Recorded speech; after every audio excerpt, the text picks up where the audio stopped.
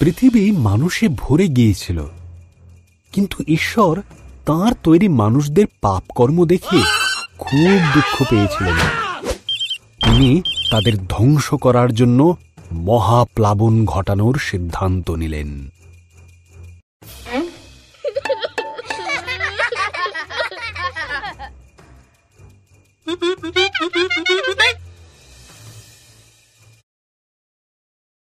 সেই সময়ে নোহ নামে এক লোক ছিলেন, যিনি বাকি লোকেদের মতো ছিলেন না। নোহ ঈশ্বরকে ভালোবাসতেন এবং তাঁর বাধ্য ছিলেন। ঈশ্বর নোহ ও তার পরিবারকে মহাপ্লাবন থেকে বাঁচিয়ে রাখার কথা ভাবলেন। ঈশ্বর নোহকে মহাপ্লাবন থেকে সাবধান করলেন। তিনি নোহকে একটি বিশাল বড় জাহাজ তৈরি করতে বললেন, যার নিচু ছাদ থাকবে, 3টি তলা, 1টি জানালা ও 1টি দরজা থাকবে। নোহ ঈশ্বরের কথা মতন জাহাজটি তৈরি করলেন।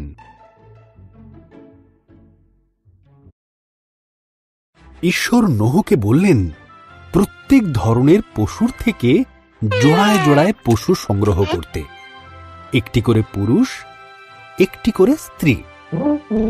এরপর নোহ ও তার পরিবার বাকি পশুদের নিয়ে জাহাজে উঠে পড়লেন। ঈশ্বর জাহাজের দরজা বন্ধ করে দিলেন।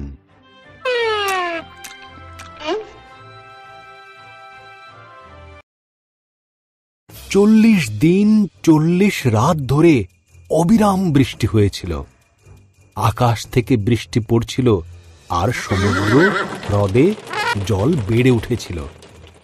এর ফলে পৃথিবীর উচ্চতম পর্বতগুলিও মহাপ্লাবনে ডুবে গিয়েছিল।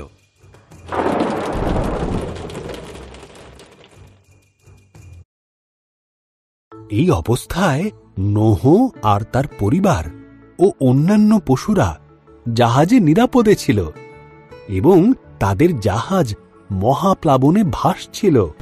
ঈশ্বর এক মুহূর্তের জন্য নোহর কথা ভোলেননি।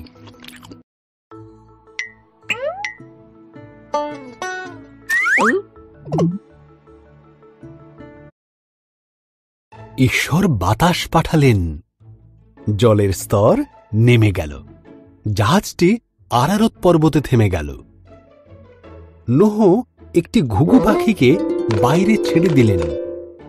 যখন পাখিটি আর ফিরল না, তখন তিনি বুঝতে পারলেন পাখিটি এখন নিরাপদে আছে।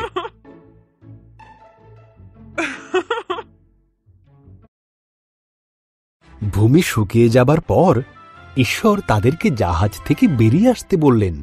তিনি আকাশে প্রতিজ্ঞাস্বরূপ একটি মেঘধনু বানালেন, এই কারণে যে তিনি আর কখনো পৃথিবীতে মহাপ্লাবন আনবেন না।